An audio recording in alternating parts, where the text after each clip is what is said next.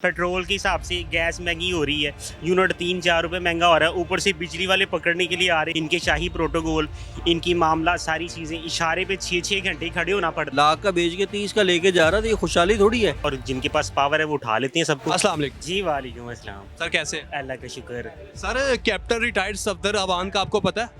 हाँ जी, मरियम नवाज साहिबा के वो हस्बैंड है और नवाज शरीफ साहब के दामाद है। जी जानते हैं। तो उन्होंने कहा है कि बताएं कहाँ है महंगाई। कौन कहता है महंगाई है? महंगाई है। पूरे पाकिस्तान में, पूरे सूबों में हर जगह महंगाई है, किस जगह महंगाई नहीं है? उनको क्यों नहीं नजर आ रही? उनको नज़र इसलिए नहीं आ रही कि उनके सारे मामला अपने हैं, ज़ाती हैं। ये चीज़ देखिए ना, पेट्रोल, आटा, बिजली, हर चीज़ तो महंगी हुई जा रही है। जो चीज़ पिछली हुकूमतों में नहीं बढ़ी वो इससे हुकूमतों में बढ़ रही है।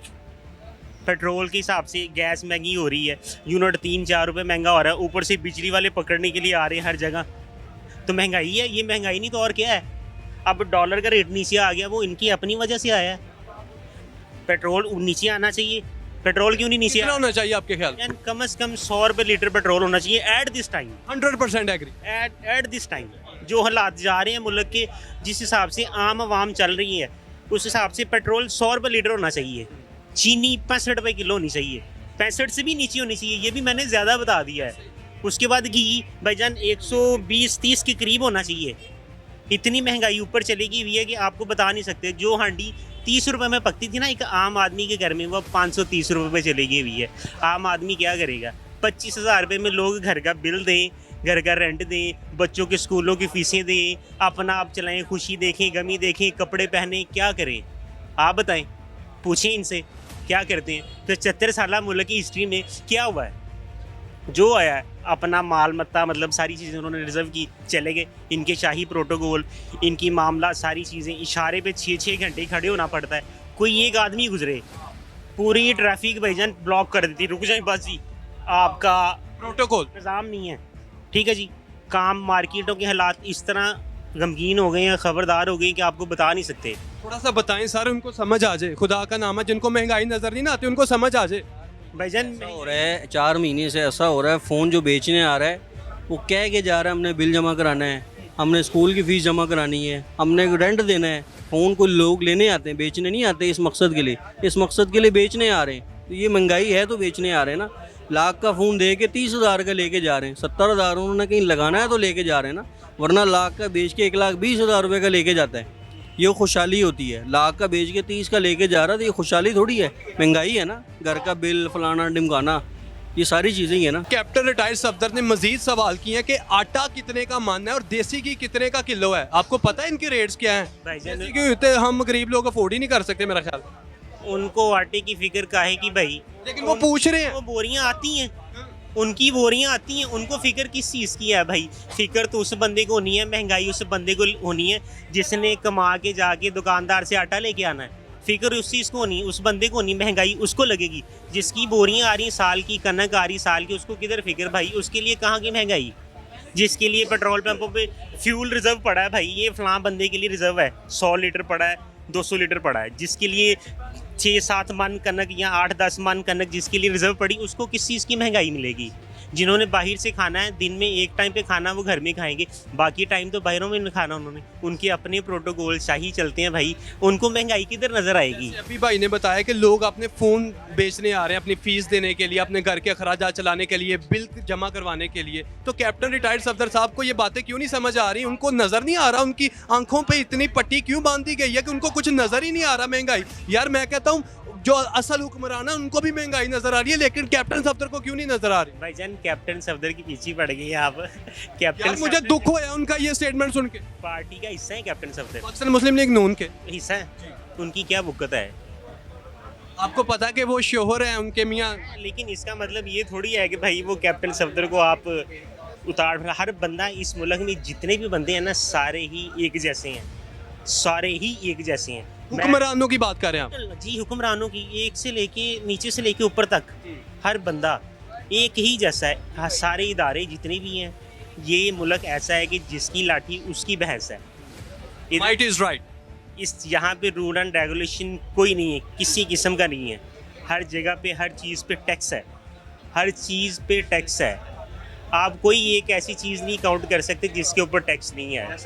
तरक्की याफ्ता जो ममालिक है ना, वहाँ पे अमीरों के टैक्सों से गरीबों के चूल्हे जलते हैं, और हम जो गैर तरक्की याफ्ता ममालिक हैं, हमारे यहाँ गरीबों के टैक्सों से अमीर अय्याशी करते हैं। तो भाई यही तो इस मुल्क की पॉलिसी है, यही तो इस मुल्क की सियासत है कि आम आदमी को निचोड़ा जाता है। निचोड़ा नहीं जाता, वो बांध के ना रस्सी के साथ जो उसके अंदर कतरे बच जाते हैं ना, वो निकाल रहे हैं। अब ये सिचुएशन हुई हुई है, अभी जो चल रहे हैं, जो हालात मुल्क के चल रहे हैं, ये सिचुएशन हुई हुई है कि निचोड़ के उसको ऐसे गिरा के दीवार पे मारा जा रहा है कि भाई आपके अंदर कुछ बच गया है तो वो भी निकल आए बाहर।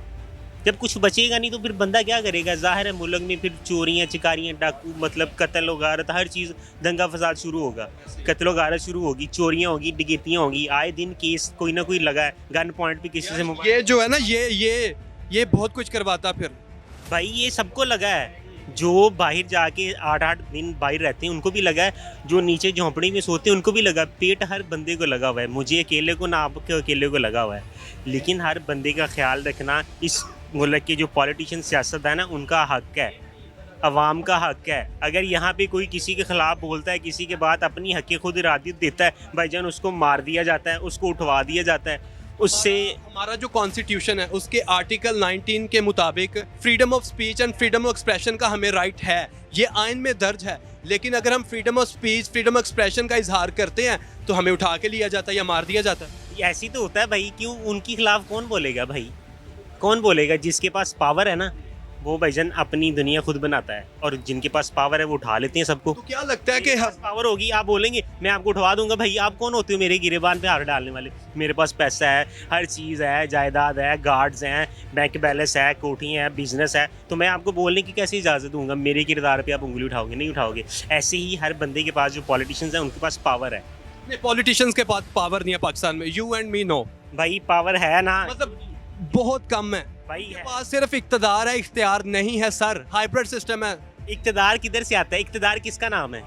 इख्तियार नहीं है यार, मतलब ना होने के बराबर पावर है, यानी कि 20% पावर है, 80% पावर नादीदा कुव्वतों के पास है। भाईजान है नादीदा, हाँ 20% कह सकते हैं। लेकिन उनको ला के सामने कौन रखा है? हमें तो नादीदा पावरों का नहीं पता, आपको पता है? हमें तो सिर्फ जो MP MNA वजीर आजम का पता होता है। हमें वही दिखाया जाता है जो हमें दिखाया जाता है। तस्वीर जो दिखाई जाती है वही नजर आती है, तस्वीर के पीछे क्या है वो हमें ना दिखाया जाता है, ना हमें पता चलता है। लेकिन पाकिस्तानी अवाम को मेरा ख्याल है शऊर आ चुका हुआ है। और तो बड़ी देर पहले का आ चुका है अवाम को, बस वो कहते हैं ना कि जिसका है वो चला रहा है, जिसका नहीं है वो नहीं चला रहा।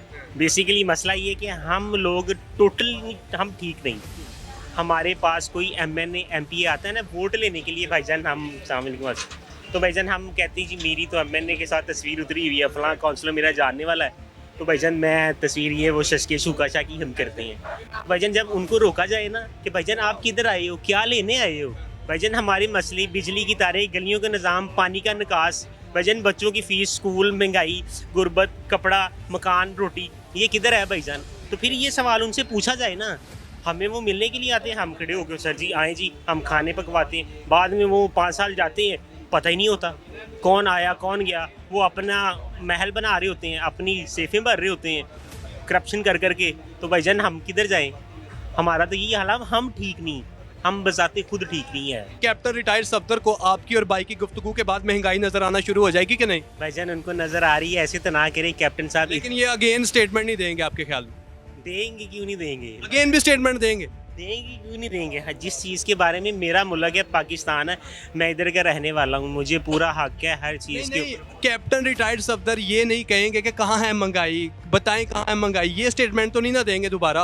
आपकी बातें सुनने के बाद उनको पता चल गया होगा कि महंगाई है। बिल्कुल है, क्यों नहीं है भाई? ग्राउंड पे है ना, मैंने तो नहीं आपको कहा कि ये कहे, आपने अपने दिल से कहा, ठीक है। महंगाई नज़र आती है, और महंगाई किसको कहते हैं भाईजान? खून दे के पेट्रोल डलवाएंगे, खून दे के बोतल तो फिर आटा मिलेगा, उसको महंगाई कहते हैं। बाजू उतार के देंगे भाईजान आटा दे दो खाने के लिए, ये महंगाई होती है, पैसों की महंगाई होती है भाईजान। अगर आपकी सोच ये है ना कि यूरोप ममालिक में या यूनाइटेड स्टेट में, मिडल ईस्ट में महंगाई बहुत है, उसकी निस्बत यहाँ कम है, भाईजान उनकी वैल्यू और है, करेंसी की रेशो और है, उनकी माशियत और है, उनके नज़्म ज़ब्त है।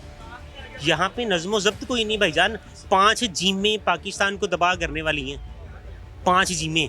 डिटेल ना बताइएगा, मैं समझ गया हूँ, ठीक हो गया, समझ गया मैं। और महंगाई की जो इस वक्त तारीखी महंगाई है पाकिस्तान में, और सालाना बुनियादों पर जो मजमूई महंगाई की शरह वो 37.08% है, ठीक है। बहुत शुक्रिया आपके वक्त का। जी तो कैप्टन रिटायर्ड सफदर साहब, आपने आवाम से जाना कि महंगाई किस तरह है, उन्होंने आपके जो सवालात हैं उसके जवाबात आपको दे दिए हैं। जी तो नाज़रीन, इसी के साथ प्रोग्राम का वक्त अपने इख्तिताम को पहुंचा। अगर प्रोग्राम पसंद आया है तो लाइक करें, कमेंट सेक्शन में अपनी राय का इजहार करें, हमारे चैनल को सब्सक्राइब करें और प्रोग्राम को ज़्यादा से ज़्यादा शेयर भी करें। डेली स्टोरीज ऑफ पाकिस्तान के इस प्रोग्राम से तलहा सुलहरी को दीजिए इजाज़त। अल्लाह निगहबान।